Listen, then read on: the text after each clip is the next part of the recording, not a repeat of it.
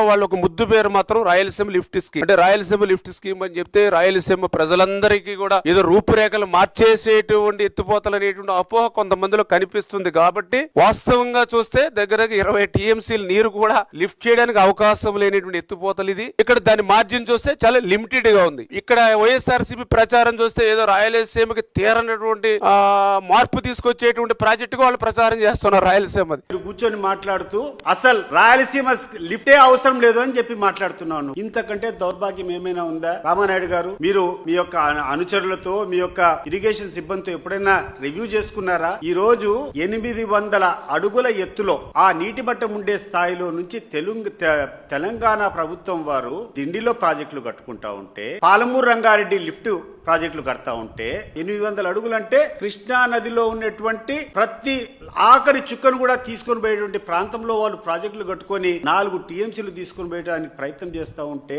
మనము ఈ Rayalaseema lift irrigation project ఇది కూడా 800 అడుగుల్లో పెట్టుకోకుండా పోతే చాలా ఇబ్బంది పడేది రాయలసీమ ప్రాంతం. ఈ రోజు రాయలసీమ ప్రాంతానికి అంతా కూడా జీవనాధారమైనటువంటి పోతిరెడ్డిపాడు యొక్క లెవెల్ 841 అడుగులో ఉంది. కానీ 841 అడుగులో నీళ్లు ఎక్స్ట్రా ఫ్లో అయితే కూడా ఒక 1000 క్యూసెక్లే ఫ్లో అవుతాయి. పూర్తి కెపాసిటీ 44,000 కెపాసిటీ పోతిరెడ్డిపాడులోంచి బయటికి పోవాలంటే 885 అడుగులు అంటే ఎఫ్ఆర్ఎల్ లెవెల్ దాటిన తర్వాతనే, ఆ లెవెల్ కు వచ్చేటప్పుడు మాత్రమే 44,000 క్యూసెక్లు తీసుకునే దానికి అవకాశం ఉంటుంది. కానీ ఈ రోజు కృష్ణా నదిలో నీటి మట్టం తక్కువ ఉండేటప్పుడు, 841 అడుగుల కంటే నీటి మట్టం కింద ఉండేటప్పుడు రాయలసీమకు నీళ్లు రావాలంటే రాయలసీమ ఎత్తిపోతల పథకం కాకుంటే ఇంకా వేరే రకంగా ఏ రకంగా తీసుకొని పోగలుగుతారు రామానాయుడు గారు? ఒకసారి ఆలోచన చేయండి.